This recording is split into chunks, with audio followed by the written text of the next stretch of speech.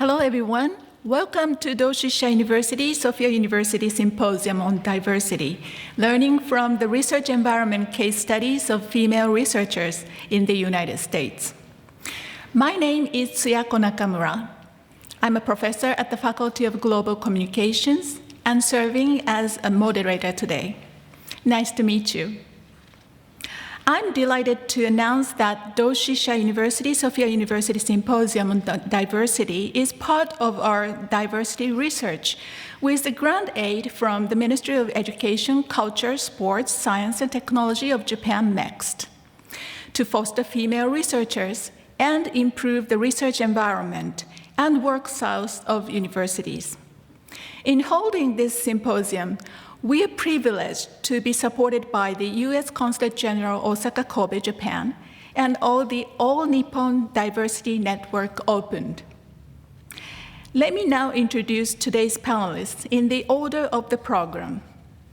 It is our honor to have Consul Alicia Edwards, Public Affairs Officer at the U.S. Consulate General Osaka Kobe, Japan. Thanks to her and Ms. Naoko Tsuchimochi, her colleague at the Public Relations Section of the Consulate General Osaka Kobe, we have received a cooperative PR backup for this symposium.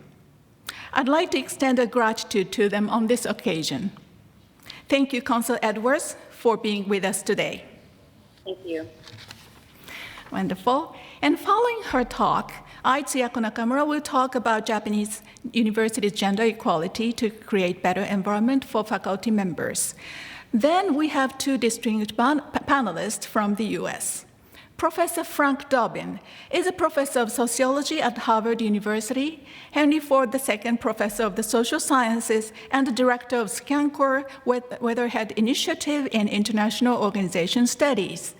His presentation is entitled, Do Faculty Diverse Programs Work? Evidence from 600 US universities across 20 years. Despite the late evening on the East Coast, he kindly agreed to be here with us, and we are so grateful. Thank you very much for joining us, Professor Dobbin. Thank you so much for the invitation. Wonderful to be with you. Thank you. Now, another distinguished panelist is Professor Charles Matthew Snepp, who is a professor of sociology at Stanford University, Woolford Professor of Humanities and Sciences, and Vice Provost for Faculty Development, Diversity, and Engagement of Stanford University. His presentation is entitled, Advancing Faculty Diversity. I'm sure we'll learn a great deal. It is a great pleasure for us to have you here. Professor Snepp? Thank you. It's my pleasure to be here. Wonderful. And we'll hold a discussion session between the two American professors, Professor Dobbin and Professor Snepp, followed by a question and answer session. Your questions and comments may be sent to the chat box. We may not be able to answer all the questions because of the limited time, but we'll consider them for our research when we prepare a report. Now it's time to open the symposium. Everyone, please welcome Ueki Tomoko, President of Doshisha University. Thank you, Professor Nakamura. Thank you very much for joining us today at the Doshisha University and Sophia University Diversity Symposium. I would like to extend a warm welcome on behalf of the university. Doshisha University has been selected for the 2021 program Diversity Initiative for the implementation of the diversity research environment, supported by Ministry of Education, Culture, Sports, Science, and Technology. This project aims to improve the research environment for female researchers in Japan and investigate advanced cases overseas to make efforts to lead to innovation. In collaboration with Sophia University, Doshisha University has been conducting research on case studies in the United States, Germany, Thailand, and other countries. Today, as an opportunity to learn about strategies and advanced examples of faculty diversity in the U.S. We are pleased to have Consul Alicia Edwards from the Consulate General of Japan in Osaka, Kobe, and Professor Frank Durbin from Harvard University and Professor Charles Matthew Snip from Stanford University as speakers. We are very pleased to have this opportunity. We hope that this will be an opportunity to learn together with all of you. As you know, Japan is ranked 120th out of the 156 participating countries in the 2021 Gender Gap Index, and there has been no improvement in the score since 2006 when the index was released. How does the rest of the world view Japanese societies, and what impact will this have on the next generation of global human resources? We must recognize these issues and work to change our society. The role of universities is to educate, and I feel that our mission is to educate students, faculty, and staff, and disseminate our expertise outside the university. In Japan, diversity policy tends to focus on supporting women. However, in the rest of the world, it is not limited to gender issues, but refers to diversity issues such as nationality, disabilities, and sexual orientation. Unfortunately, Japan is lagging behind other countries in promoting diversity, not only in terms of gender issues. I would like to reflect on as many hints as possible from today's lecture in my efforts to promote diversity in Japan. Doshia's founder, Joe Nijima, left behind the words, "Each and every person is precious." And this spirit has been handed down to our university. I believe that diversity is a modern translation of Nijima's words. I would like to think about and work together with you to promote diversity. I would like to express my sincere gratitude again to Consul Alicia Edwards, Professor Frank Durbin, and Professor Charles Matthew Snip for speaking with us today. In closing, I would like to ask for your continued support and cooperation in our educational and research activities, and I would like to conclude my address. Thank you very much for your cooperation today. Thank you very much, President Wiki. Now I'd like to introduce our first speaker, Consul Alicia Edwards. She's a public affairs officer at the Consulate General, Osaka, Kobe, Japan. Consul Edwards joined the Foreign Service in 2006 and has been posted to Nepal, Washington, D.C., and Australia. She came to Japan in 2019 and has been actively contributing to Japanese society through various programs and events. Consul Edwards will give a talk on the U.S. national strategy on gender equity and equality. Everyone, please welcome Consul Edwards. Thank you very much, Professor Nakamura, and a big thank you to Doshisha University and Madam President for the invitation and for convening the forum today. As you mentioned, I can't speak directly to the academic environment, but I can speak about more broadly the United States view of gender and sort of share with you some statistics and a snapshot of sort of the status of women in America today. Which I hope may be useful in considering the subsequent discussion and speaking more specifically about the academic realm. If you don't mind, I'd like to share my slides. Let's see. Just one moment, please.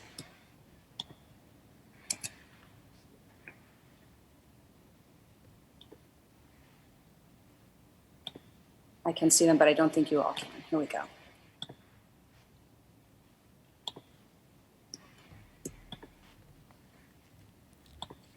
All right, here we go. So as I mentioned, I'd like to talk today about the Biden-Harris administration's first ever national strategy on gender equity and equality. I'll also provide some data on women in the workplace, women in political leadership, women in STEM, and finally, I'll share a little bit about what our embassy and consulates are doing here in Japan as part of this strategy. So we know that the election of President Biden and Vice President Kamala Harris was historic, not only because of Kamala Harris's election as the first female vice president, but also because their cabinet and senior staff are the most diverse and gender balanced of any previous US administration. Here they are. And late last year, when they released this national strategy, it outlined 10 strategic policy priorities that must be addressed in concert to achieve our vision for gender equity and equality, both in the United States and abroad. So the US embassies and consulates have a role to play as well. The 10 specific policy priorities are here listed on the screen, but I will read them out. First is improving economic security and accelerating economic growth. Second is eliminating gender-based violence. Third is protecting, improving, and expanding access to healthcare, including sexual and reproductive healthcare. Fourth is ensuring equal opportunity and equity in education, which is relevant today. 5, advancing gender equity and fairness in the justice and immigration systems. 6, advancing human rights and gender equality under the law. 7, elevating gender equality in security and humanitarian relief. 8, promoting gender equity in mitigating and responding to climate change. 9, closing gender gaps in science, technology, engineering, and mathematics fields in particular. And 10, advancing full participation in democracy, representation, and leadership. The strategy is driven by a strategic and moral imperative to advance prosperity, stability, and security by ensuring that all people have the opportunity to live up to their full potential, regardless of gender identity or other factors. So here are a few snapshots, some statistics about women in the workplace. Women now comprise nearly half of the U.S. labor force, at 46.8%, according to the U.S. Bureau of Labor Statistics. Although the majority of employed women and men in the United States do work full-time, women are nearly twice as likely as men to work part-time, a trend I think we also see in Japan. A U.S. study examined the performance of 1,500 companies over 15 years and showed that women's representation in senior management correlates with improvement in organizational performance and innovation. The study showed that at an average level of innovation intensity, the presence of a woman in top management amounts to creating extra market value of about $44 million per firm.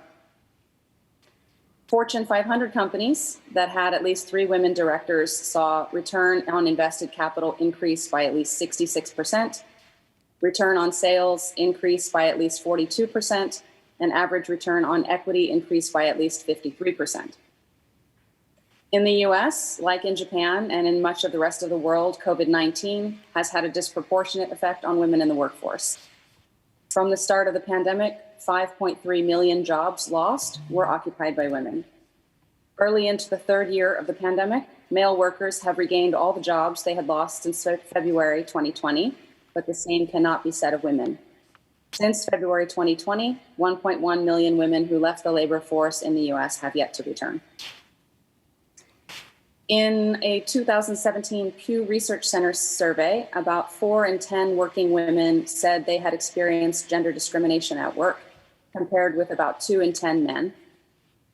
One of the most commonly reported forms of discrimination focused on the income gap. 1 in 4 employed women said they had earned less than a man who was doing the same job. Just 5% of men said they had earned less than a woman for doing the same job. This gender pay gap has remained relatively stable in the United States over the past 15 years or so. In 2020, women earned 84% of what men earned in the US.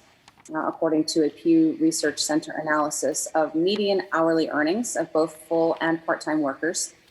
But based on this estimate, it would take an extra 42 days of work for women to earn what men did in 2020. Mothers were also nearly twice as likely as fathers to say taking time off had a negative impact on their job or career. Among those who took leave from work in the 2 years following the birth or adoption of their child, 25% of women said this had a negative impact at work, compared with just 13% of men. The 13% of men is also a problem. No one should have a negative impact at work following leave from childcare. So I'd like to transition to a picture of women in political leadership in the United States. In 2020, we celebrated the 100th anniversary of women's constitutional right to vote. That was not easily won, but just 100 years later, women make up just over a quarter of all members of the current Congress, the highest percentage in US history, and a considerable increase from where things stood even 10 years ago. If we count both the House of Representatives and the Senate, 144 of 539 seats, or 27%, are held by women.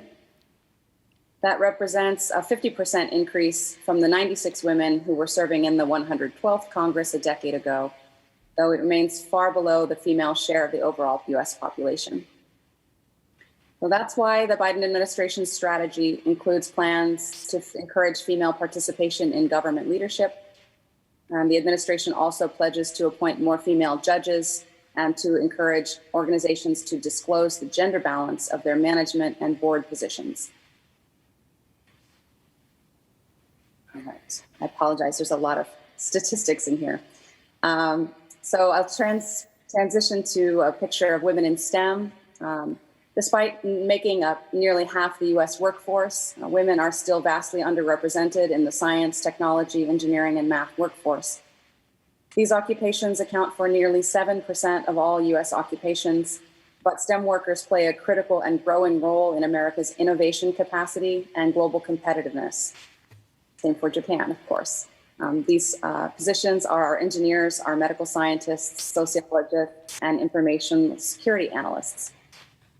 According to the US Census Bureau, women made gains from 8% of STEM workers in 1970 to 27% in 2019, but men clearly still dominate the field. Men make up 52% of all US workers, but 73% of all STEM workers. Right. I'd like to move on to talk a little bit about what we do here in Japan at the US Embassy and consulates. So we have an embassy in Tokyo and consulates here in Osaka, Kobe, also in Fukuoka, Naha, Nagoya, and Sapporo. And we promote the advancement of women and underscore the need for gender equity through a wide range of women's empowerment initiatives. Our public affairs team has supported programs and events that highlight women scientists, political leaders, athletes, entrepreneurs, and experts from academia, government, business, and civil society. We provide grant funding to programs to develop young Japanese female leaders through mentoring and leadership training, such as the Tomodachi MetLife Women's Leadership Program for female undergraduate students and Girls Unlimited for high school girls. This year in July here in Kyoto, with support from US Embassy Tokyo and our consulate here in Osaka, the Academy for Gender Parity, or Parity Academy, co-founded by political scientists Dr. Mari Miura of Sophia University and Dr. Ki Young-shin of Ochanomizu University, will hold a boot camp for women to learn how to organize and run political campaigns with trainers from Mind the Gap, a US organization working to bridge gender gaps. Our professional exchanges, such as the International Visitors Leadership Programs, are designed for a variety of sectors, but have included opportunities to bolster women's leadership in STEM-related workplaces and increase the number of women who hold political office. Our grants also fund women entrepreneurs and startups across the country, as entrepreneurship can provide a viable, more flexible career path. Across our social media platforms, we strive to showcase our American values of gender, diversity, and equality. This month on our Instagram channel, for example, we are celebrating Japanese women who are leading in a variety of fields, and it may not surprise you that many of them studied in the United States. We also send dozens of American women diplomats and experts into classrooms across the country to inspire the next generation. And internally, as a workplace, we have several groups and initiatives aimed at increasing our own diversity, including our diversity, we just changed the name. It used to be the Council on Diversity and Inclusion, and now it's in recognition of the acronym that has gained favor in the United States. It is the Diversity, Equity, Access, and Inclusion Council, which of course incorporates people with disabilities, sexual minorities, and all the things that Madam President noted. This group launched in October 2020, and it has prioritized initiatives to address the underrepresentation of women and minority groups working here in our U.S. Embassy and consulates. We also have a gender working group, which brings together various U.S. government agencies and sections to collaborate on projects in support of the national strategy. We've instituted a mentoring program connecting entry and mid-level staff members with senior leadership. Whenever possible, we strive for equitable representation on our guest lists, selecting panels for public events, and in selecting which officers are given special projects and professional development opportunities. And when we meet with Japanese companies as diplomats, we ask, what are you and your organization doing to increase the participation of women in all aspects of your work at all levels, and to ensure all of your employees have equal access to opportunities for advancement? And what challenges are you facing in those efforts? I'll conclude my remarks today with a story I think illustrates well the topic of today's panel as it relates to academic institutions. Not long ago, I visited a campus and met with the leadership of a university focused on technology. Its top executives, all men of a certain age, asked me what they could do to attract more female students. I shared with them an invitation to a program we were hosting the following week with Emily Calandrelli, who's a passionate advocate for women in STEM fields. She creates children's television programming designed to appeal to young girls. And during the Q&A, one of the directors asked his question. Emily was direct and honest in her response. She said, if you want to increase diversity in your organization, you must start by considering the diversity of your organization's leadership. You must project what you want to attract, because representation matters, she said. Thank you. I look forward to listening and learning from Professor Dobbin and Professor Snip and the discussion that follows. Thank you very much. Thank you very much, Consul Edwards, for your wonderful talk on the U.S. National Strategy on Gender Equity and Equality. Next, I, Tsuyako Nakamura, will give a talk about Japanese universities' gender equality to create better environment for faculty members. Why is this theme important now? As was stated in President Ueki's opening address, Doshisha University has been selected jointly with Sophia University for the 2021 program, Diversity Initiative for the Implementation of Diversity Research Environment, which is supported by the Ministry of Education, Culture, Sports, Science, and Technology, MEXT. In other words, it's a national policy to enhance gender equality at universities in Japan. Doshisha University and Sophia University are both top-ranked private universities in Japan, and we are attempting to improve the research environment for female researchers. Therefore, it is time to carefully re-examine career development and gender equality to achieve a better work environment by learning from advanced case studies overseas. In case of today, from the top American universities, Harvard and Stanford. Japan's gender equality level is much lower compared with other nations. As was mentioned in the beginning by President Ueki, Gender Gap Index, GGI, by the World Economic Forum Global Gender Gap Report 2021 shows Japan's ranking as the 120th out of 156 participating countries. This is partly because of the sense that the Japanese people possess toward gender equality. This graph shows the sense of equality over gender status in Japanese society as a whole. Even today, about 74% of people feel that men are given more preferential treatment than women. This graph shows the percentage of female students in undergraduate and graduate schools in Japan by field. They tend to major in pharmacy and nursing, humanities, and education, while few major in science and engineering. As was stated in Council Edwards, it may be universal, but this shows the percentage of women in research workforce in Japan accounts for only 16.9%, while in the US, 33.7%. Although it is on the rise gradually, there's much room for improvement, as you can see. This graph shows the percentage of female faculty members by field. It raises concerns about Japanese preparedness for researchers in the STEM fields with the leaky pipeline issue. You saw the small numbers of students who enter these fields a few slides before, and can now see the stagnant promotion and attrition of the researchers to the upper level in the professoriate. These are the ratios of full-time researchers and universities by gender, by fields of specialization, showing that women researchers are underrepresented in all fields, especially in the science and engineering fields. So what's hindering Japanese women's scholarship? Unconscious bias is universally known, and in Japan it's regrettably strong, very strong, due to the sense of equality over gender status among the nation, which we have been trying to change over the decades. It has resulted in imbalanced specialties with fewer female students in the upper level of education, especially in the STEM fields. Thus, few students seek university faculty. There's a huge gap between full-time and part-time faculties, as well as the level of professoriate by gender in academia.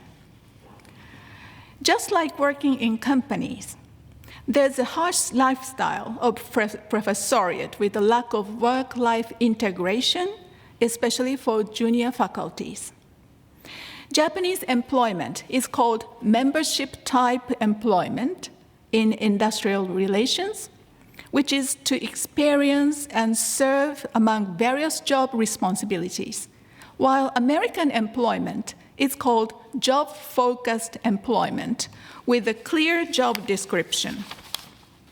In Japanese universities, full-time faculty members are assigned administrative jobs, heavy teaching load, and services, including during summer vacation and spring break, and yet expected to do research as leading scholars. In the top American universities, faculty members are, not to mention, extremely busy, but for their research. For faculty members with family responsibilities, it is a challenge to balance their work life. In the current situation, the challenge applies more to women in the child-rearing period. Studies have shown hidden discrimination about evaluation and the lack of ideal mentors for women in academia. All of these are some of the factors known that hinder women faculty advancement.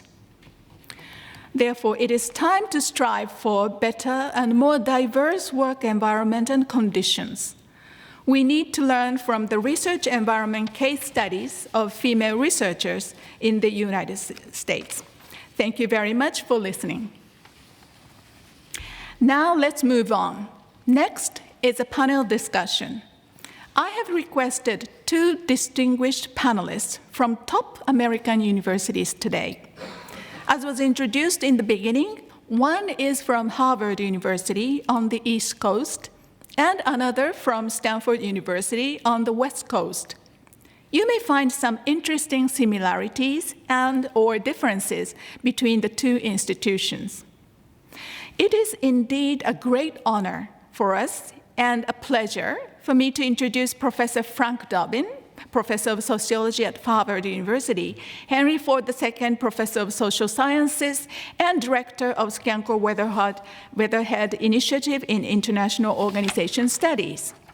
His presentation is entitled, "Do Faculty Diversity Program Work?" evidence from 600 US universities across 20 years. Everyone, please join me in welcoming Professor Frank Dobbin.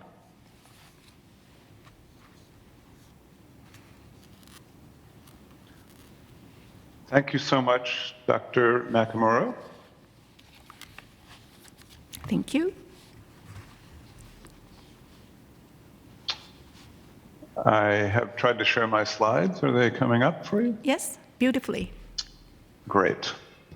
It's really a pleasure to be here, and it's very exciting to see this initiative take off. It has certainly come to our attention in the United States that in terms of gender inequality, Japan in the university sector does lag behind some other countries, some of the countries on the list of the Gender Gap Index. My team and the members of the team working on this project are listed here. My team has been looking at university diversity programs that are oriented to diversifying the faculty. We began to focus on this because we think it's super important to try to diversify the faculty for some of the reasons that Council Edwards suggested. If leadership in universities, including leadership in the classroom, is not diverse, it will be hard to attract people to the profession. It'll also be hard for universities to turn out well-mentored, well-educated STEM scientists to work in the rest of the economy. So we've seen relatively slow progress on diversifying the faculty, and what my team has done, and my main collaborator is Professor Alexandra Kalev at Tel Aviv University, and our other collaborators are graduate students on this project, is we have tracked university diversity over time in the United States. And for 600 large universities, we've done a retrospective survey looking at all of the diversity initiatives they've attempted over the last 25 years, roughly. And we've put two data sets together, a federal data set that tracks in each of these universities changes in the composition of the faculty over time, both the junior and senior faculty, and then our own retrospective survey of these practices across time.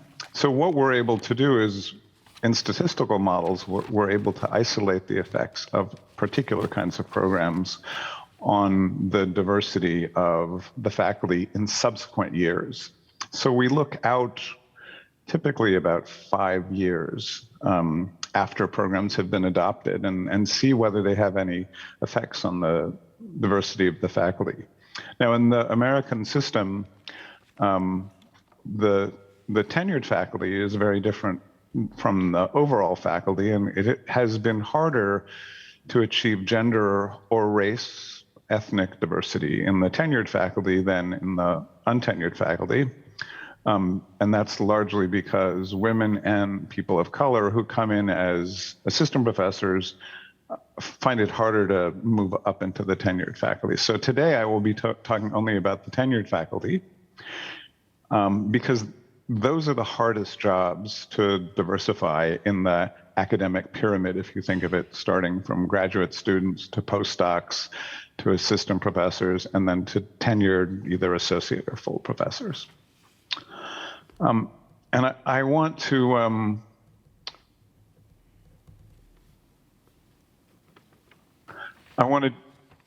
with this slide just give you a little bit of a preview of what I'll do.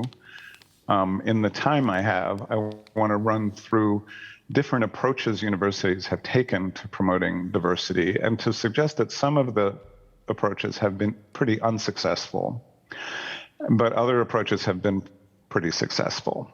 And the good news is that the approaches that have been successful are not terribly widespread. So a lot of universities could make progress, we believe, just by adopting some of the programs that help to attract and retain women.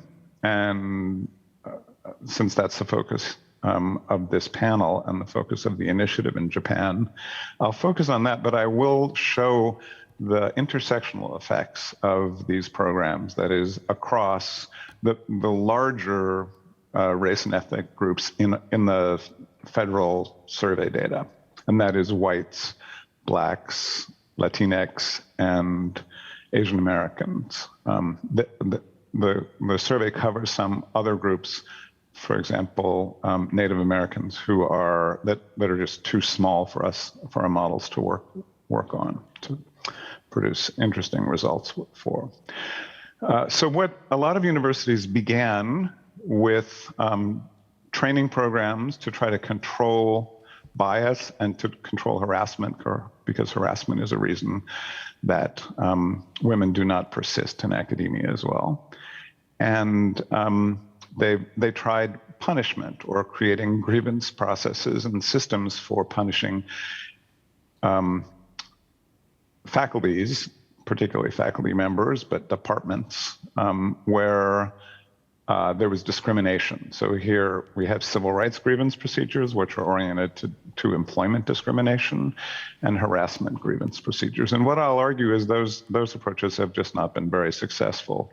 It hasn't been very successful to try to identify the problem as a problem with individuals, and to essentially shame those individuals by trying to control them with training, or punish them by threatening to take action against them if they either discriminate, that's what civil rights grievance procedures are about, or if they engage in harassment. But we've seen three other approaches. One is engagement, trying to get the existing faculty themselves to take charge of diversity, and to work both collectively and with individuals to try to attract and retain women, and in the US, people of color. We've seen that is quite effective, and the examples I'll show you today are diversity task forces and mentoring programs. We've also seen that accountability can be very effective. So one way to create accountability is to put in staffers who are responsible for promoting diversity, because they can audit what departments are doing, keep track of whether departments are making efforts, because it's departments that do the hiring in the United States, are making efforts to hire and retain women and people of color. I'll also talk about equity reviews, where the administration just keeps an eye on whether departments are, for example, actually interviewing women for jobs when there are women candidates who apply. And then the final thing I'll talk about are work-life programs that help both with partner location, so that couples can find jobs in the same place, and help with childcare and child rearing support and flexibility.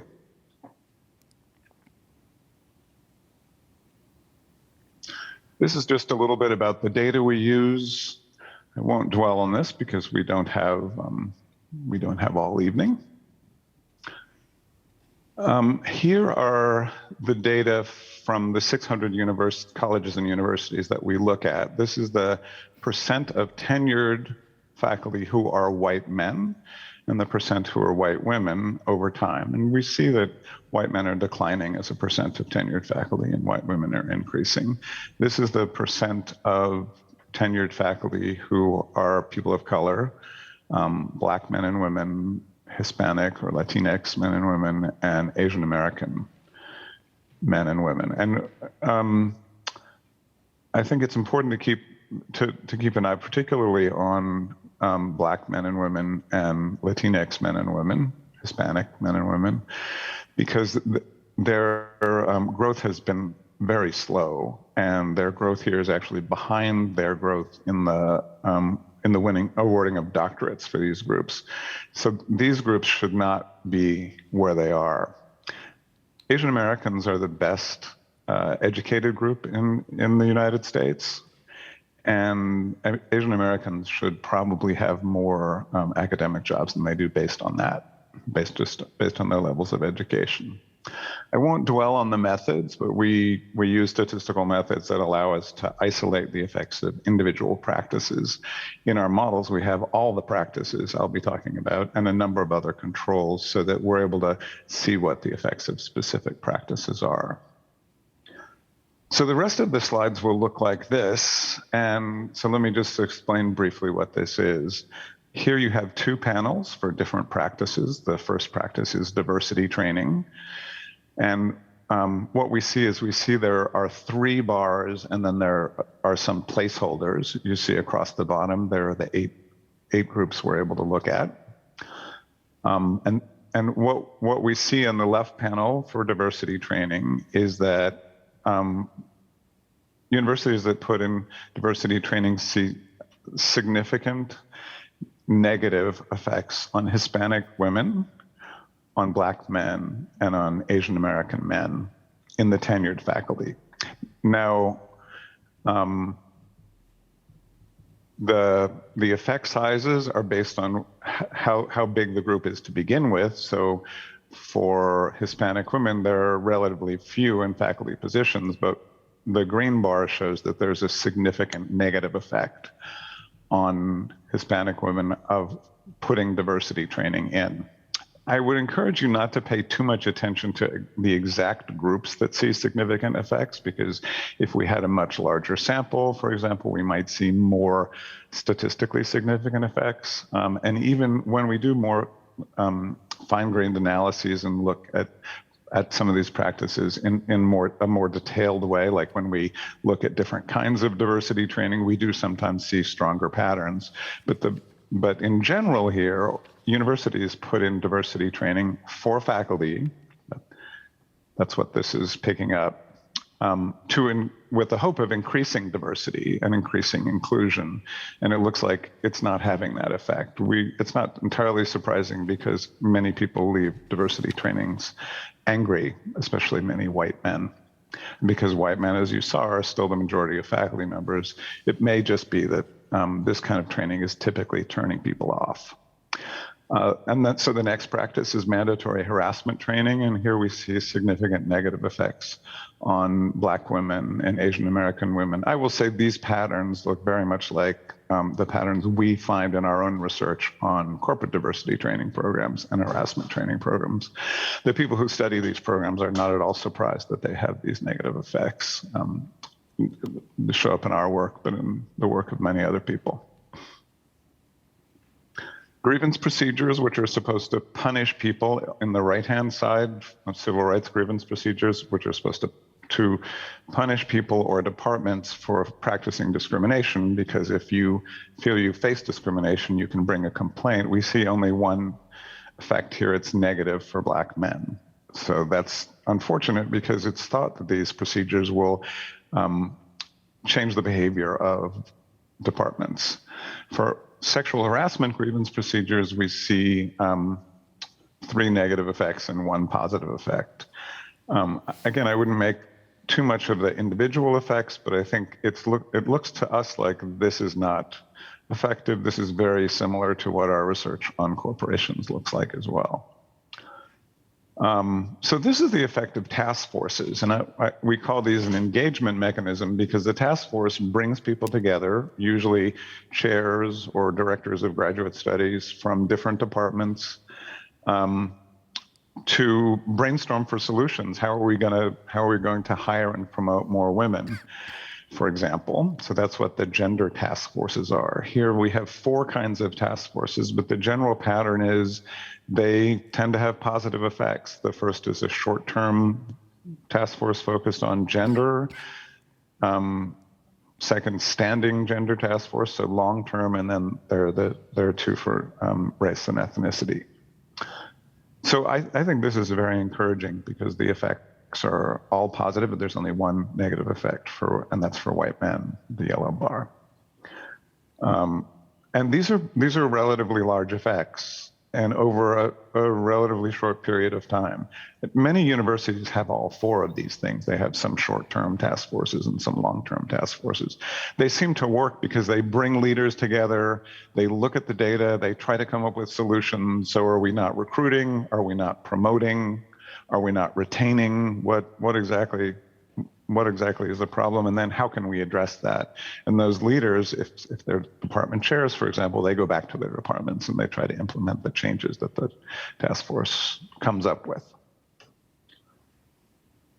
We consider mentoring programs to be an engagement program as well, because what mentoring programs typically do, both in universities and in corporations, is they make sure that people who haven't found mentors on their own get mentors. And it is disproportionately women and people of color who don't have mentors in academia and in the corporate world.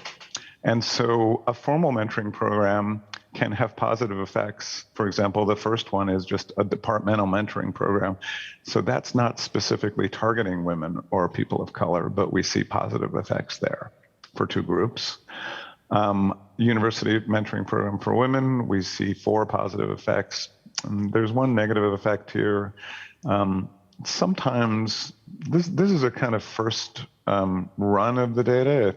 My guess is that as we develop more fine-grained models and remove some outliers in the cases, some of these effects will go away. In fact, we have done, I should have included this, we've done some more recent modeling on mentoring programs, and the negative effect of Black women doesn't persist when we remove some outliers, like some probably faulty data from the federal data source. But this is very encouraging, that mentoring programs can have consistent large effects that actually change the tenured faculty, because that's the hardest group to change. This is what we're calling accountability. These are ways that the university can make departments accountable for their own decision making, or whoever does the hiring and the promotion. So, the first panel is the installation of a diversity staff member or department, and that's showing 3 positive effects. The second one is review of startup packages. So that's a question of when people come in, for example, to STEM fields, do men and women get the same startup packages for building a lab, for example? And by reviewing the startup packages and trying to equalize them. So before the contracts are signed, universities will look at all the startup packages in a field and make sure men and women are getting similar startup packages, for example. And of course, that means men and women and Blacks and whites, for example. They have the same resources to begin with, and in a field like physics, having enough resources to build a lab and get your research going is hugely important for obtaining tenure eventually. Review of time and rank is a review that a lot of universities are doing, specifically targeting women to make sure that they don't get stuck in untenured or in associate but not full professor jobs for longer than they should. So it's comparing how long women remain at each rank compared to men, and trying to equalize that if women are being left behind, not being promoted as soon as they should be. And then reviewing the applicant pool, you can see has positive effects on Asian American women and Asian American men. And that just means we're looking at who applied, we're looking at who you would like to interview. Before you can interview, we're going to ask you why you chose these people, why you didn't choose some other people who were in the applicant pool. And often it's women and people of color whose resumes are underestimated or neglected. So the last thing I want to talk about are some work-life programs that have been quite effective. So you notice that the metric here is different. I'm only showing women because these don't have such large effects on men, even men of color. They more often have been effective for women. So the first program is just having a work-life office. That's kind of like having a diversity manager, somebody who's in charge. It can introduce some accountability. It also, a work-life office, irrespective of what they do, this is the effect of just having an office. It's a place you can go if you're having a work-life challenge, and they may be able to help you with like finding your partner a job.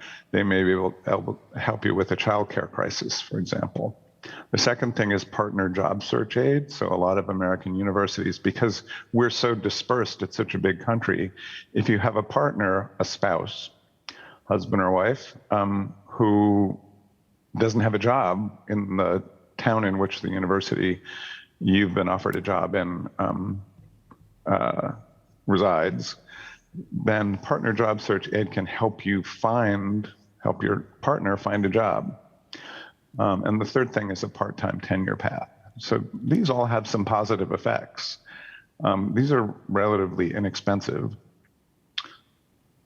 And then here I'm just showing first some practices that American universities use to help new parents have the time to do their research. So one is teaching relief for new parents. So if you have a new baby, if you adopt a new baby or have a child, you can usually get a semester or a year off. Then there are tenure extensions for new mothers, so more time on the tenure clock. And then the last three are childcare benefits. I see I'm at time, but you can see that all of these things have positive effects, and none of them have negative effects on women. So I've crossed out the two things that universities should not be doing, which is trying to control or punish, and left not crossed out engagement, accountability, and work life. So it looks like universities could be doing a lot more than they are. I say that especially because the engagement, accountability, and work life are not nearly as common as the training and grievance systems that I discussed at the top. Thank you so much for your attention. Thank you very much, Professor Dobbin, for your valuable presentation. I find it very interesting because you find engagement, accountability, and work-life balance issues are so important and effective. And of course, our questions will follow in the panel discussion. So we'll please elaborate on them later on. Thank you so much.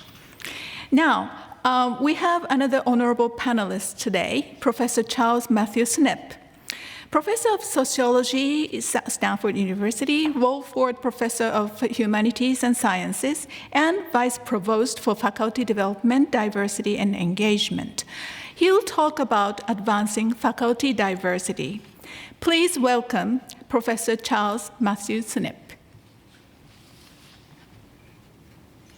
Thank you, Professor Nakamura. It's a pleasure to be here today. I want to begin really by reflecting on the work that Professor Dobbin just described to us, because our experience at Stanford is very, very similar to the kinds of things that he describes. That is, punishment and control really has not worked for the university. And what has worked has been other kinds of measures. Work life, for example, have been very important, and especially in the last couple of years of COVID. And so I think my comments today are very consistent with his thoughts. But what I want to do is focus on a couple of things. And first of all is to focus on the importance of resources. And then second of all, to focus on the importance of leadership for advancing diversity. Because I think that, these are two things that are really critical for advancing diversity in higher education, and that's what we've been focusing on at Stanford. So I want to begin with what I call my priors about diversity, and we've touched on a bit of these. Consul Edwards mentioned a few of these.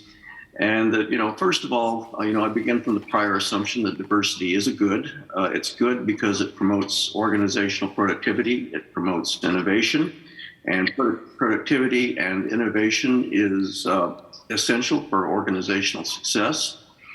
But at the same time, it's very elusive to achieve. It's one thing to say that you value diversity. It's quite another to actually make it happen. Diversity doesn't always happen easily. It is a source of conflict in organizations. It has been a source of conflict at Stanford in the past. I'm happy to say it no longer is today. But successful efforts to diversify a university or institution of higher education really requires leadership first and foremost. And so I'm going to talk more about exactly what does that look like.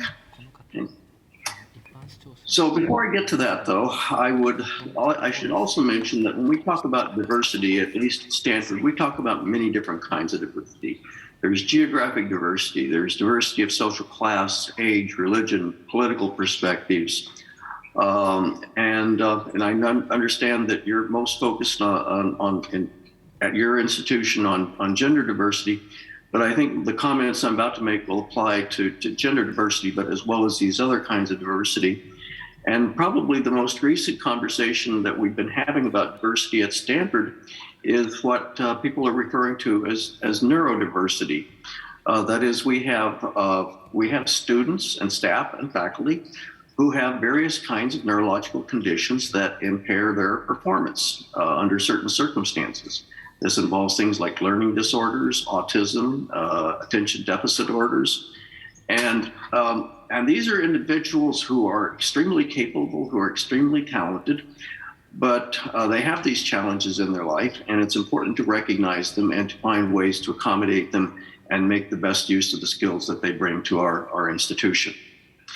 Now, in saying that there are these many types of diversity, I think it's also important to think about that different organizations have different needs, and they have different needs for different kinds of diversity. And so you're focused on gender diversity. At Stanford, we are focused, I think, on all of the above, but particularly gender, race and ethnicity, and increasingly disabilities. So what is the role of leadership in advancing diversity? Well, first of all, if you don't have leadership, nothing else matters. And this involves strong leadership. I think some of the older programs that I'm familiar with that were around in the 1980s or 1990s were sometimes introduced by university leaders as something that they felt like they needed to do, but their support for these things were very tepid. And of course, the programs didn't work. And so the leaders have to speak before others will follow. And the leaders are responsible for articulating a vision for what a diverse organization looks like. What is valued? What's important? What should the organization look like at the end of this process? And so leaders are also responsible for articulating why diversity is important and why it's of value. And they also have to articulate a strategy for increasing diversity within an organization, and then finally come up with ways for measuring it and for declaring whether or not progress is being made. So there was an article that came out about 5 years ago in the Harvard Business Review, and it said it was a compilation of interviews that had been done with leaders of large corporations, but I think this applies to universities as well. And they said that there were a number of characteristics that were really, really essential for making diversity or for advancing diversity in their organizations.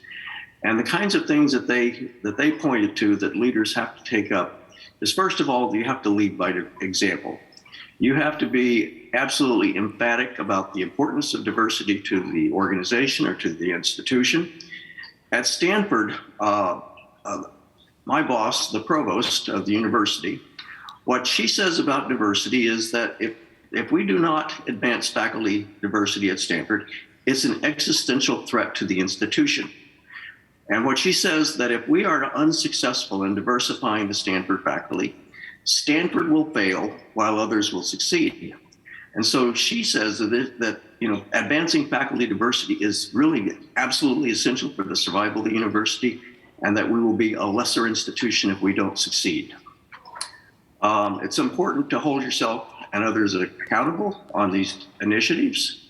You have to invest the time and effort to make it work. And it's also important to have a way of gauging success. And that diversity is not something that just happens in one part of the university. It has to happen across the spectrum of the university community. And so you have to foster diversity not only for students, but also for faculty and for staff, for everyone involved in the organization. And then finally, we have to broaden our perspective on diversity. There are many different types of diversity, as I just mentioned, and so it's important to keep a perspective on the kinds of diversity that is sort of most essential and most important to your institution.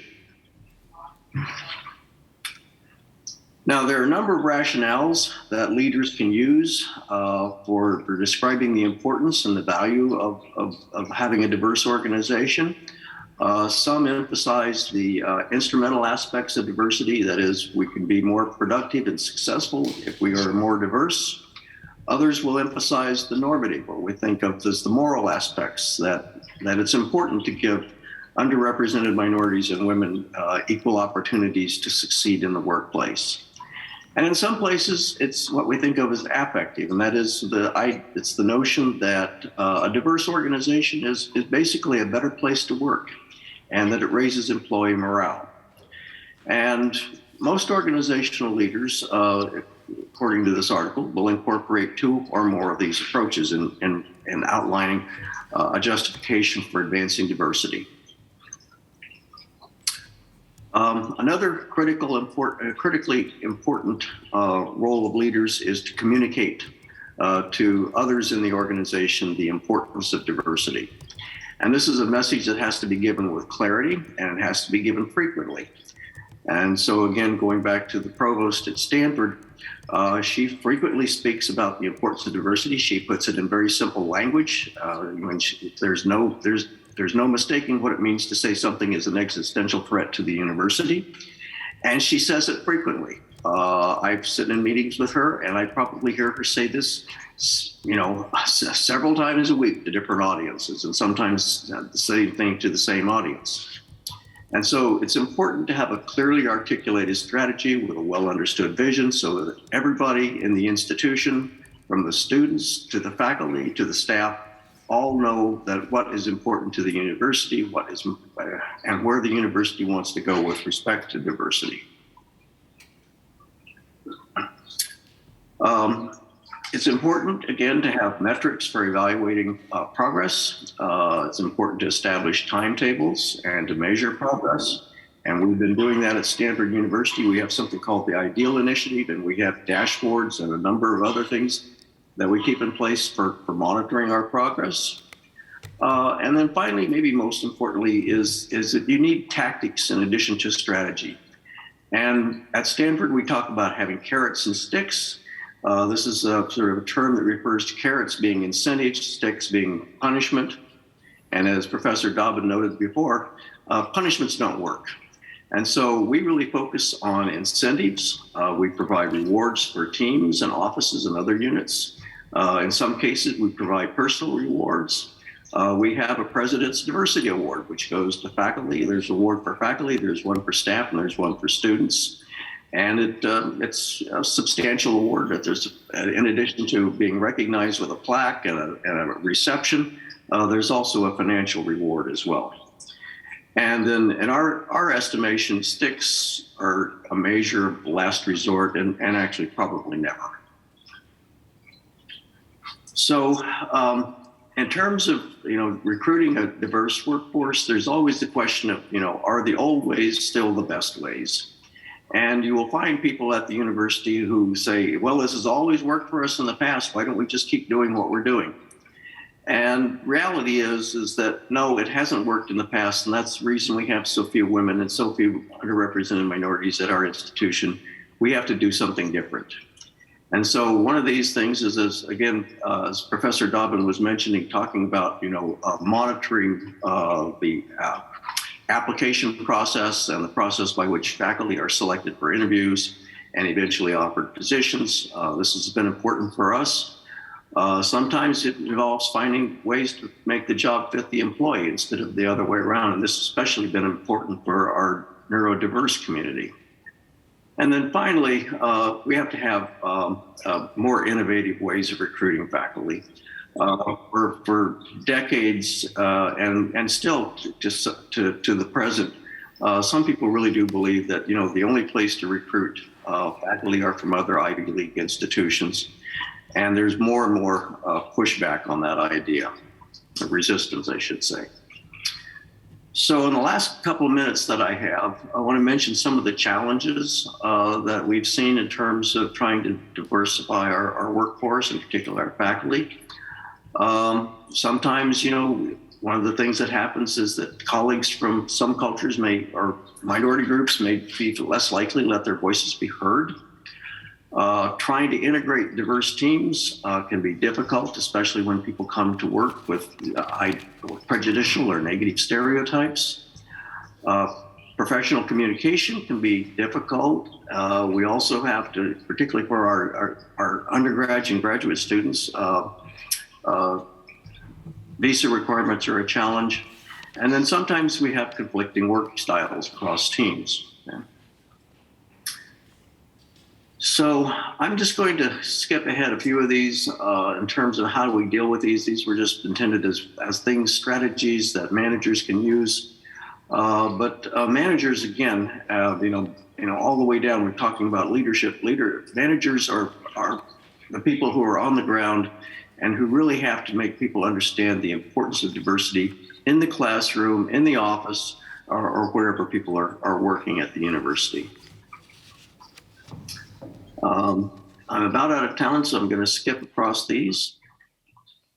And then I'm going to move past these.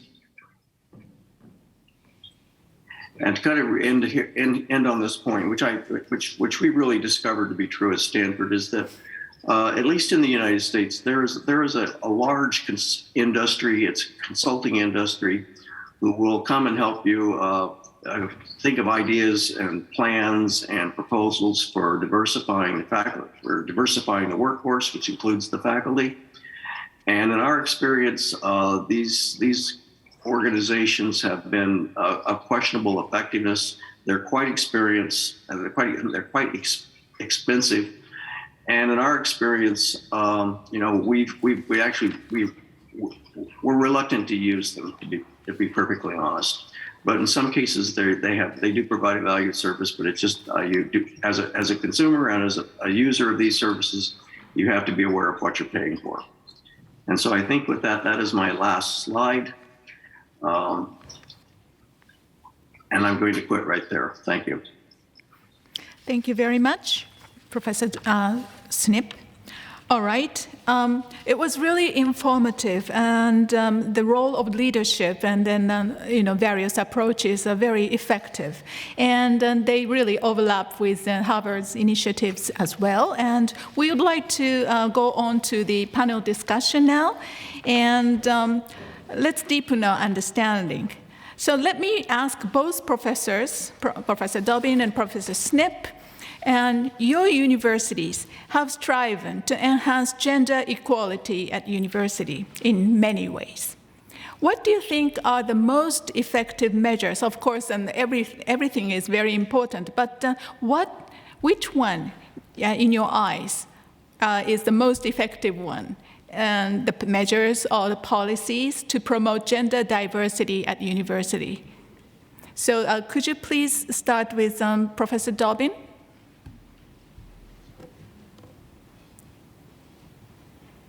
Thank you. Well, I would say that leadership has been certainly one of the most important things. So I would echo what Professor Snip had to say. We see that when we have a committed leader, things can move along very quickly. We see that at the dean level, at the president level. What our research shows is kind of reinforces what I've noticed from our local initiatives, which is that getting leaders to focus on the problem, to come together, to look at the data and try to identify what the specific problems are, and to brainstorm for solutions to those problems has been the most effective way to make change. It's partly because, and this I think reinforces Professor Snip's last point, you can't outsource this work. You have to have people in the organization who are managing the organization take responsibility for changing things. And I think the reliance on outside consultants is really mistaken, because you you can get a consultant to come in and try to change some system and then go away, but the change doesn't stick unless the members of the organization have taken responsibility for making the change and have come up with the decision themselves. So that's why I think when universities ask me, or businesses for that matter, ask me what's the first thing we should do, I always say, put a task force together of leaders and get them to look at the problems closely and try to do something, try to come up with solutions to implement themselves and hold themselves accountable for implementation. Wonderful. Thank you very much. So the leaders are very important to tackle and focus on some issues, to find out. That's wonderful. And the same question for Professor Snip. What do you say about this? Well, yeah, I'd agree with what Professor Dobbin just said, but I'd also add that after leadership comes resources. And so I'll give you an example of that at Stanford. Our School of Engineering for many years had very, very few women in them. And when the School of Engineering would go off to hire and recruit faculty, they always had an idea of the kind of person that they wanted in a particular area, particular specialty. So maybe, in material sciences, it might be something like heat transfer. And we found that, that women weren't always in these sort of traditional areas that were dominated by white men. They tended to be in other areas. But then when we would ask the department to say, well, why don't you hire these women? They're not exactly in the field that you want, but their degrees are in engineering. And they would always come back and say, well, we really don't need that. So what the provost did a few years ago was to create a program.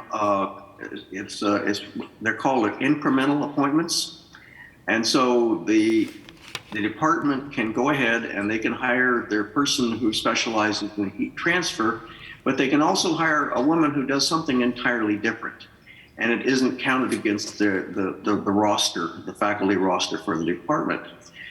And what that has allowed the School of Engineering to do is to hire many more women in the last few years in areas that typically hadn't been covered in the School of Engineering. And just in the last, I believe it's the last 3 years, we have hired 28 women in the School of Engineering, which is phenomenal. And so, it's been those extra resources that have been, given to the School of Engineering that has really made the difference. It's amazing, 28 women in engineering. We don't have anything like an incremental appointment in Japan, so that might be the issue we need to focus on from now on. All right, let's go on to the next question. Diversity at university is important, but there are, of course, various oppositions, especially in the beginning. So how did you cope with the oppositions on the diversity initiatives? Professor Dobbin, please. Well, interesting question. Professor Snip I think, already began to answer this question because he said there used to be opposition to this, and he doesn't see that much opposition now. I see that as well, having studied this for a long time since I was in graduate school at Stanford in the 1980s. In a lot of firms and a lot of universities, there was a great deal of opposition. And it can still crop up, but this I think goes to a question that Alicia Edwards put in the chat, having to do with my presentation, which is about the negative results we showed from diversity training and harassment training. I think she was trying to ask, why do we see the negative results? So I think early on, there was a lot of opposition, in particular because the first initiatives were grievance procedures, which were designed to punish people, and training. And white men tend to react very negatively to both of those things. We know that from laboratory studies, that trainings and the threat of a legalistic hearing, which is what a grievance procedure is, often alienates white men. Trainings white men often leave angry. Harassment programs, initiatives, grievance programs often leave white men thinking, well, the solution to this is to make sure there's no one in my group who can file a complaint, which means make sure that there are fewer women and people of color in my group. So I think one of the unfortunate things about the system we have is that these trainings and grievance systems are just ubiquitous. Almost all universities have them now. And they can backfire by alienating the people who need to be allies and need to be part of this solution, which means white men in positions of power in universities. But interestingly, asking those same people to be a mentor or to join a task force seems to have a different effect on them. And we see this in our interviews, that people will say, faculty members will say, I didn't realize that there were women of color in fields like mine in the university who faced real struggles to stay around and to move up because they face exclusion or lack of mentoring or explicit discrimination. And now I see that we're losing some great talent because we didn't take that into account, and I just wasn't aware of it.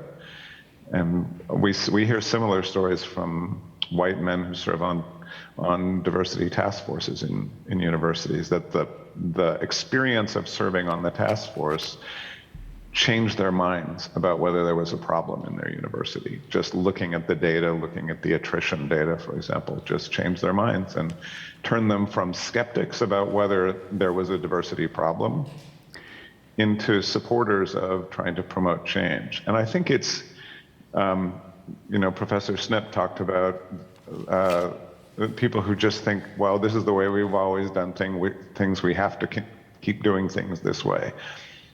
People who think they've come up through a meritocratic system and are at the top of this system, for example, are white men who are in the administration at Stanford and at Harvard, it's easy to think this is the best system there could be because it has rewarded talent. Look at what it did for me. So it can be hard. I think people are often unable to see that the system that they're a part of is not meritocratic for everyone. Mm-hmm. All right. Same question for Professor Snip. Do you have some more comments on the initiatives and then how to cope with the oppositions? Well, I'll just embroider a little bit on what Professor Dobbin just said.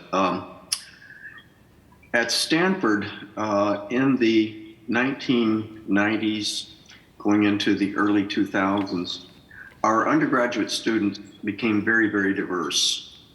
And, diversifying the student body became a priority for the administration. And one of the concerns that you heard during that time was that if we work hard at diversifying our student body, we're going to compromise the academic quality of our students. And that it's impossible, that there is a trade-off between diversity and excellence. Mm. And one of the interesting things that happened in this period is that at the same time that white students were becoming a minority on campus, they're the largest minority, but they're still now a minority, about 35%. At the same time that those white students were becoming minorities, the average GPA, average grade point average, the average scholastic aptitude test score for our admitted students who were more diverse, definitely more diverse, in that same time, those scores and those grades were going up. The average grades and the average test scores went up at the same time that we were admitting a more diverse class of undergraduates. And over time, this notion that there is a trade-off between diversity and excellence, that has withered away. The last bastion, I think, at Stanford was, the trade-off between faculty diversity and faculty excellence. But we have hired a number of just outstanding women, a number of outstanding underrepresented minority faculty at the university using these incremental programs. They include members of the National Academy of Science. They include members who have received MacArthur fellowships. And this notion that there's a trade-off between diversity and excellence has pretty much died. Wonderful. So it's a myth now. Okay, wonderful. We do have some questions from the floor, so let's move on to take some of them. First of all, in Japan, as one of the 13 evaluation indicators for determining the distribution of subsidies from the national government, national universities have set an indicator, is the diverse environment in place. Since the ratio of female faculty members and support systems for female researchers are subject to the evaluation, the introduction of female researchers' positive employment and support systems has been progressed somewhat in a forcible manner. In Japan, the number of private universities is overwhelmingly larger than that of national universities. But since such pressure does not work on private universities, some institutions whose management is interested in promoting diversity strive positively. But many are indifferent to the active employment of women and introduction of support systems for them. What about in the United States? Is there a difference in the promotion of diversity and support for female researchers between state and private universities? Also, does the way of thinking of the management greatly influence the way of promoting diversity of the university? Could you please start, Professor Dobbin? It's a good question. We have a very decentralized set of public universities. There are no national universities. There are state-level public universities. I think it depends quite a bit on the state because the state legislature sets the tone. And some state initiatives, for example, in California, initiatives, there was a ballot initiative that prevented the use of affirmative action in universities, which has had some adverse effects. I mean, Professor Snip probably can speak to that better than I. But there's quite a bit of variability across state universities because some states have more conservative legislatures than others. And also some states have these conservative ballot initiatives. My sense is that in general, public universities, because they are serving a diverse clientele and they are often held to a standard of trying to represent the people in the community, they've often been leaders, at least in trying to make changes. The public universities in California are a good example of that.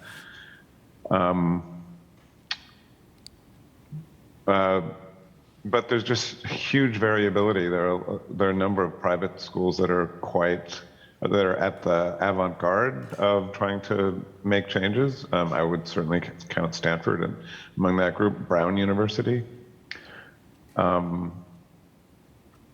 But there are, we have some private universities that are also very conservative, for example, religiously conservative, and have been very slow to try to promote gender diversity. So. Okay. I think I should turn it over to Professor Snip. Yes, Professor Snip, please. Well, I guess the other, I think, big difference between a lot of our private universities and public universities is that public universities in many, and maybe probably most states, are not well financially supported, and they struggle financially. The private universities that Professor Dobbin and I teach are both very wealthy, and they're part of a kind of an elite group of universities that have enormous amounts of resources compared to public universities. Even here in California, I mean, Stanford is vastly wealthier than, say, our counterparts, the University of California at Berkeley. And so that allows us to do things that they simply cannot afford to do. Okay, thank you very much. We have another question. In Professor Dobbin's presentation, a partner job seeking, I think it's the partners seeking job, was mentioned as one type of work-life initiative. Does this include both negotiating a spousal hire as part of the terms of a hiring agreement and seeking work for our partner after the after the person has already been hired? Was there any distinction made between these types of measures and their respective effectiveness? Professor Dobbin, please. Well, universities vary a bit in how these programs are implemented.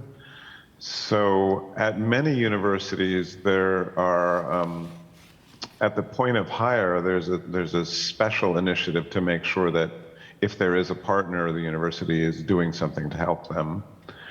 But a lot of universities also allow people who are already on their staff to try to take advantage. So, for example, if you're already on the staff of a faculty member at a university and you marry someone from another university in another state, you can often use the partner hiring program to try to have the university hire your spouse. There are two kinds of programs. I only showed one, but there are two kinds of programs that are both pretty effective. One is a program that helps to find a job for your partner or husband or wife outside of the university, and one is a program that tries to find a job for your partner or spouse inside of the university. And some of those are faculty jobs, because it depends what your spouse might be. For example, a lab manager who needs a job with PhD, or they might be a librarian. So we see that both kinds of programs are pretty effective especially at hiring and retaining women, even though sometimes the woman is bringing along her husband. So sometimes the woman is the person who's asking for the assistance to hire her spouse. Okay, thank you very much. And the next one is for Professor Snip at Stanford University. This person says, in order to promote diversity, the financial resources are very important. So how much resources do you allocate for diversity at Stanford University? That is a very good question, but I don't have the answer. A few years ago, we looked at what we call the faculty incentive funds and another initiative. And over the span of, I think, 3 years, we had spent about $11 million recruiting diverse faculty. But that's only a small share for all of the other things that we do to promote diversity at the university. I will say that it's costly. Costly, a lot. Wonderful. Okay, let's go to the next question. This person says, I participated in several related programs at your university. I don't know which university she mentions or he mentions, but I was surprised that most of the programs were led by white male. So let's see. Sorry, I almost missed it. Led by white male, like today, sometimes with white women assistants. But there are no colored core members. How do you think about this? Professor Dobbin, please. That hasn't been my experience. I mean, often on a panel like this, I'm the only white man. And of course, I'm not leading initiatives. I'm just studying them. In my university, it has mostly been women and people of color who are in leadership roles promoting diversity. I actually think that can be a problem, just because as Adia Wingfield has shown in a recent book called Flatlining about the healthcare sector, it is disproportionately women and people with solving the diversity problem, and it's not a problem of their making. And often they're charged even informally with solving the problem. And I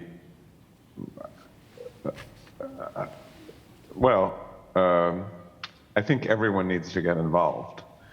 So, but I'm surprised to hear that it's often white men or white women leading these diversity programs in your audience members' experience, because I see some of that, but not a lot of it.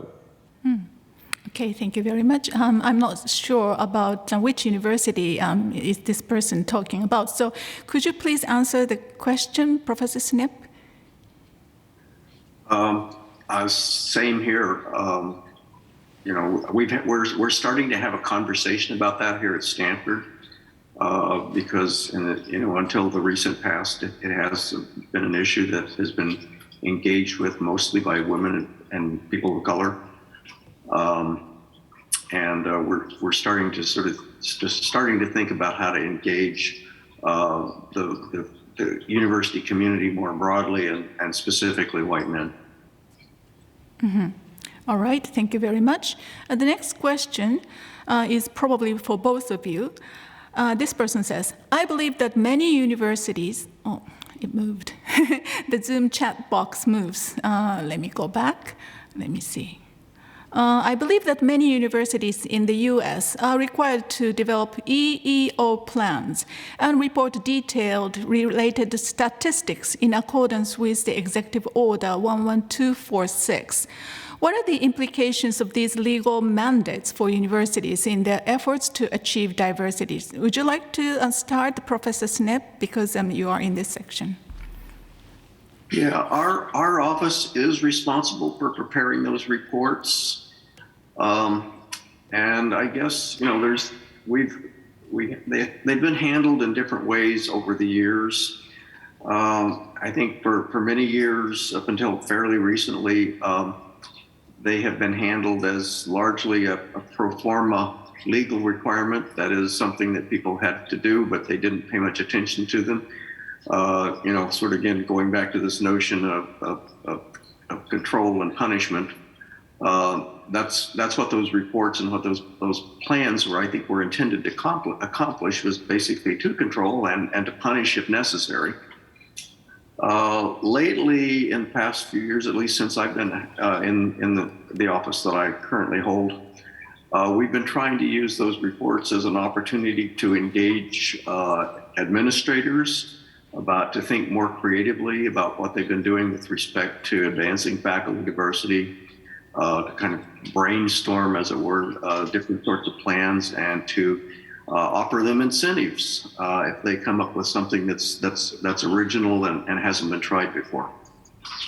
Wonderful. Any more comments, Professor Dobbin? It's very exciting to hear that. I agree. Over the years, the affirmative action plans have essentially been put in a drawer, and nobody really paid any attention to them in corporations and in universities, which I think was really a lost opportunity to focus attention on what the numbers look like and where they need to move and what the plan is going forward. I know a lot of corporations stopped publicizing their affirmative action plans, even to their own faculties, and in part because they were concerned about being sued if their numbers were made public to potential litigants. So it's encouraging to hear that Stanford is trying to use these to actually lead some change. A lot of companies have have moved in that direction too, and just in the last 2 years. All right. Okay, another question from the floor. I want to ask a question regarding the faculty hiring process, especially on female faculty promotion from internal,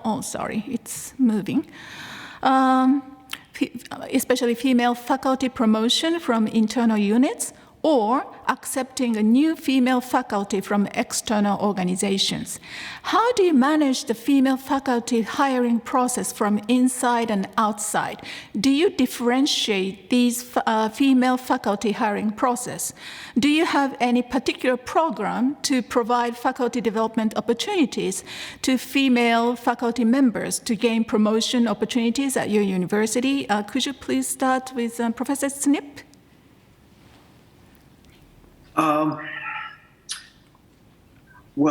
We have, I think the process is a bit different here in the United States than it is in Japan. We think of, and we hire faculty if they're young, they come in as assistant professors, and then eventually they work their way up to tenure and promotion as a full professor. And then sometimes we recruit senior faculty, women from other universities, and we bring them to Stanford with tenure. One of the things that we do that's a bit different than other institutions is that the university was provided a very, very generous gift some years ago for women in STEM fields, and it's called the Gavilan Fellowship. And we use that to recruit faculty women in STEM areas, and it's actually a very substantial amount of money that we can provide them, and I think it helps us when we're competing with other institutions like Harvard. Mm-hmm. Wonderful. Professor Dobbins, same question, please. Well, I would just add one thing, which is that many American universities do not promote internally. If by promote internally, you mean hire graduate students from their own programs. Most of the universities I know of, at least at the department level, tend to want to hire people from other universities just so that they get people who've been trained elsewhere and avoid a kind of insider bias. Mm-hmm. So that means that although sometimes, let me just mention one other thing in addition to what Professor Snip has mentioned. So there are, of course, what he had called incremental programs, or sometimes they're called targeted opportunity programs, where a department, if they can identify someone like a woman faculty member in a STEM field where there aren't many women, they can hire an additional person for a time without any cost to the department. A number of places also have postdoc programs, and I suppose the fellowship program that Professor Snip mentioned may look like a postdoc program. Is that a postdoc program? Yes, it is. So, and that I think that's fairly common. That universities have postdoc programs where they are trying to get either people of color or women into the pipeline, the internal pipeline, because most places will promote people or move people from postdocs or fellowships to assistant professorships as long as they've done their PhD somewhere else. Okay, thank you very much. Another question for both of you. This person has several points, so I'll just read them through. How to cope with leaders and the actual working site?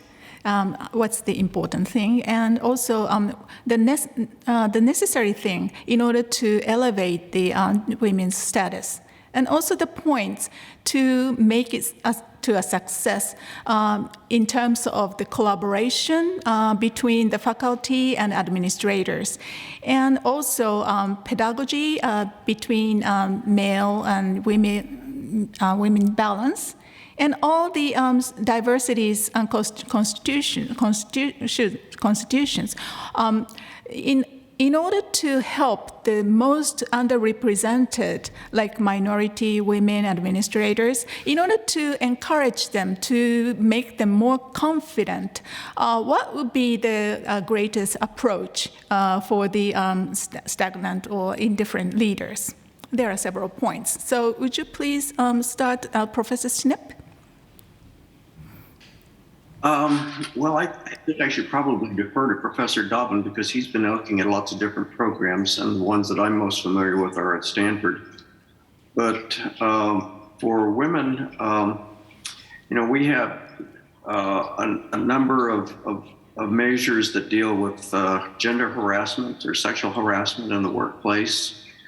And then we also have mentor programs to help younger women faculty. But the problem of male-female gender relations at the university, and I don't think Stanford is unique in this respect, is really a serious one. We still have issues with harassment, with inappropriate behavior. We recently did a survey at Stanford, asking questions about specific kinds of behaviors that are problematic. And I'm having a hard time recalling the number, but as I recall, something like 42% of the women faculty reported that they had had some kind of encounter with a man that was inappropriate, and for us that's just not acceptable. Mm-hmm. Okay, how about Professor Dobbin? Well. On this topic in particular, there's a fair amount of research now on a different approach to sexual harassment training that is more an allyship approach. It goes by the name bystander intervention training. And there are a lot of places that now offer some version of bystander intervention training. A lot of them actually aren't doing what has been shown in research to be effective, which is the whole idea is to help people throughout an institution. So a lot of these training programs have been proven in college settings, but the trainees are undergraduates. A lot of them have proven to help undergraduate men and women to intervene when they see a potential situation of sexual harassment or assault emerging, or when they see bad behavior. So essentially giving people tools to intervene and to stop the behavior from escalating. So I think we need to look more carefully at those programs and see if we can roll them out to replace the current harassment training, which tends to be mandatory and very legalistic. And it often, we see in many studies of laboratory studies of how people respond to anti-harassment training, that the conventional trainings anger men and reinforce gender stereotypes and just have no positive effects. So there's a lot of research out there now on these programs. So if you're thinking about trying to deal with this issue, I would encourage you to look into the research. The University of Massachusetts, New Hampshire Sociology Department, Sharon Potter is one of the principal investigators. They've done a bunch of studies of in the field of how effective these programs can be, and I think we kind of need to replace what we're doing now with something that looks more like that for everybody.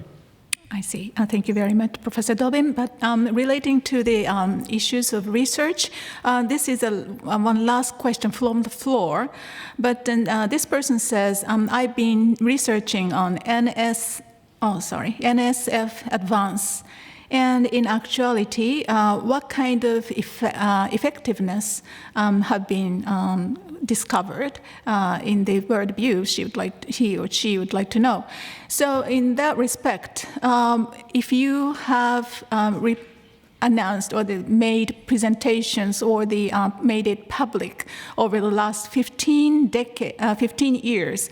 I'd like to know your report or thesis or whatever, and would it be all right to ask for your permission to receive the reports or those things, publications? This is for Professor Dobbin.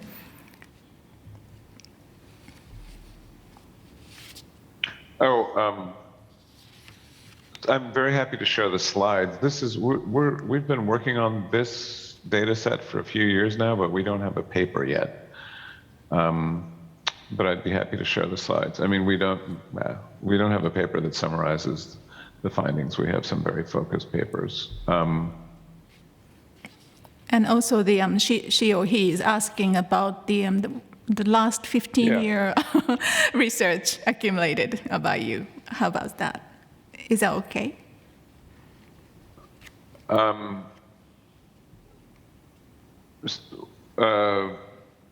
She asked about, or he asked about the NSF Advanced program. Yes. Yeah. Are you familiar with that, Frank? Yeah. I think it gets mixed results from what I've heard. Oh, okay. So there's some places that have been very successful with it. I think the University of Wisconsin and the University of Michigan appear to have been very effective. In our research, we look at schools. We look at the effect of having an advanced program, and in general, having an advanced program seems to boost the effects of the other programs that I was talking about. For example, your incremental hiring program.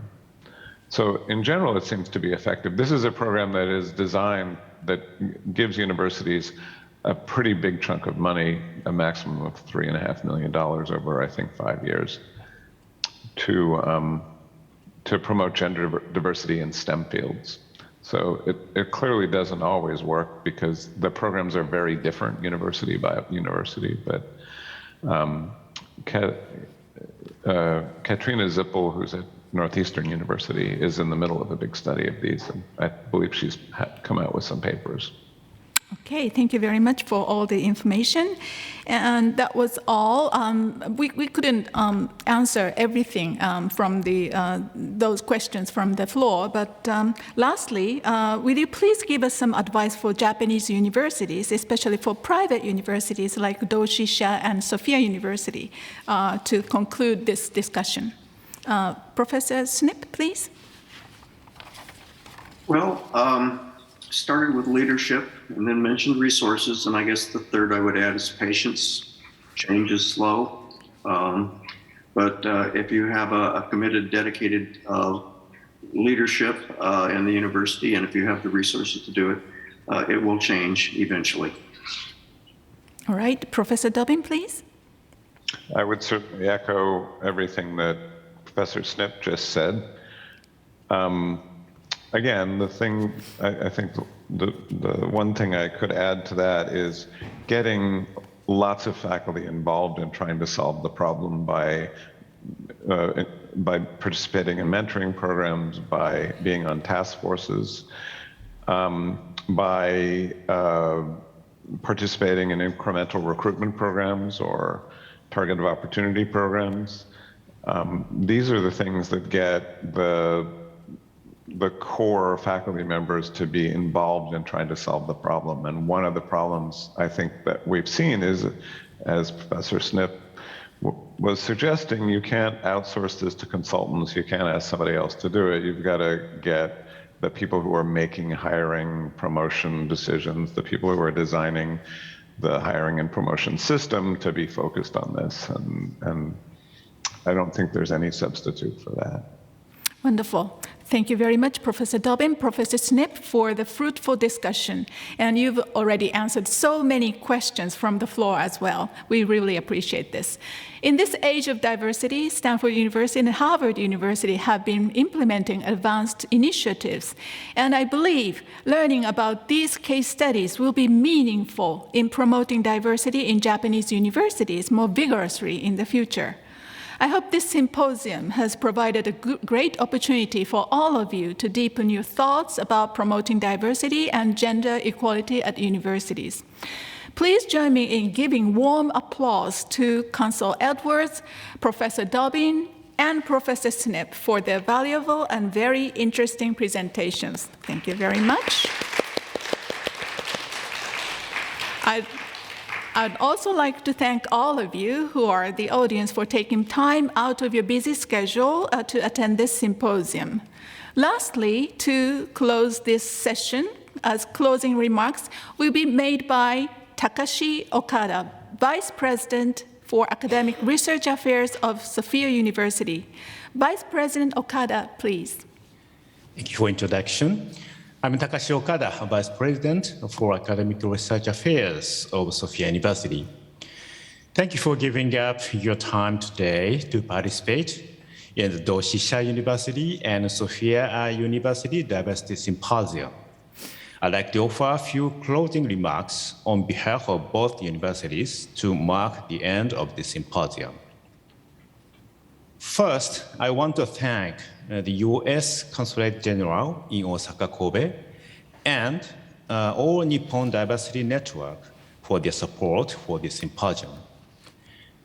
I would also like to express my sincere gratitude to Alicia Edwards of the U.S. Consulate General in Osaka, Kobe, Frank Dobbin, professor at Harvard University, and Charles Matthew Snip, professor at Stanford University, for speaking and giving us the opportunity to learn about pioneering examples of the promotion of diversity in the US. Japan lags behind the world in gender equality, but we learned about many things that the university should take the initiative on as we work to resolve this issue, which made the symposium extremely meaningful.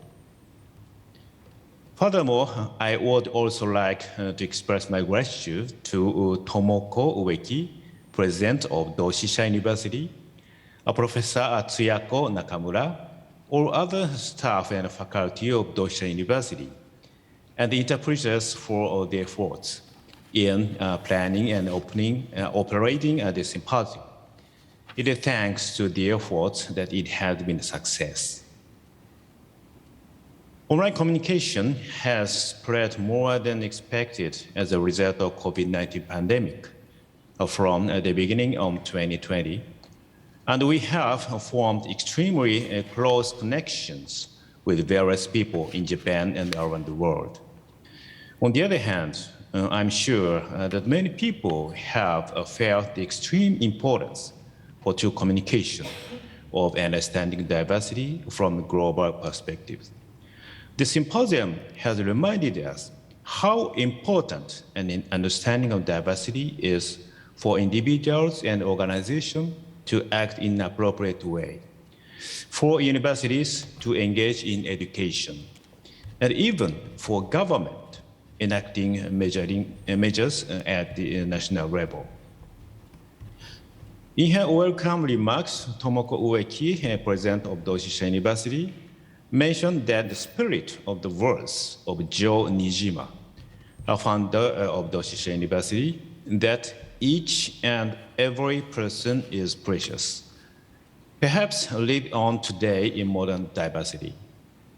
Similarly, I think our educational philosophy at Sophia University, for others with others, is also connected to the spirit of diversity, in which no one is left behind. Looking ahead, I'd like to use the symposium and other events as steps to further enhance our collaboration with Doshisha University, which I hope will be reflected in initiatives that contribute to supporting female researchers and other initiatives to promote diversity. I hope we can continue to count on your support and collaboration. This concludes my brief closing remarks. Thank you for taking the time out of your busy schedule to participate today. Thank you very much. Thank you very much, Vice President Okada. With this, we close today's symposium. This symposium was technically supported by Kyoei Company, Uni for Information Accessibility, and Ivy International for simultaneous interpretation. We appreciate your cooperation. And once again, thank you very much for all the panelists who came today and for your valuable time. Thank you so much. And once again, for the audience, thank you very much for joining us today. Goodbye.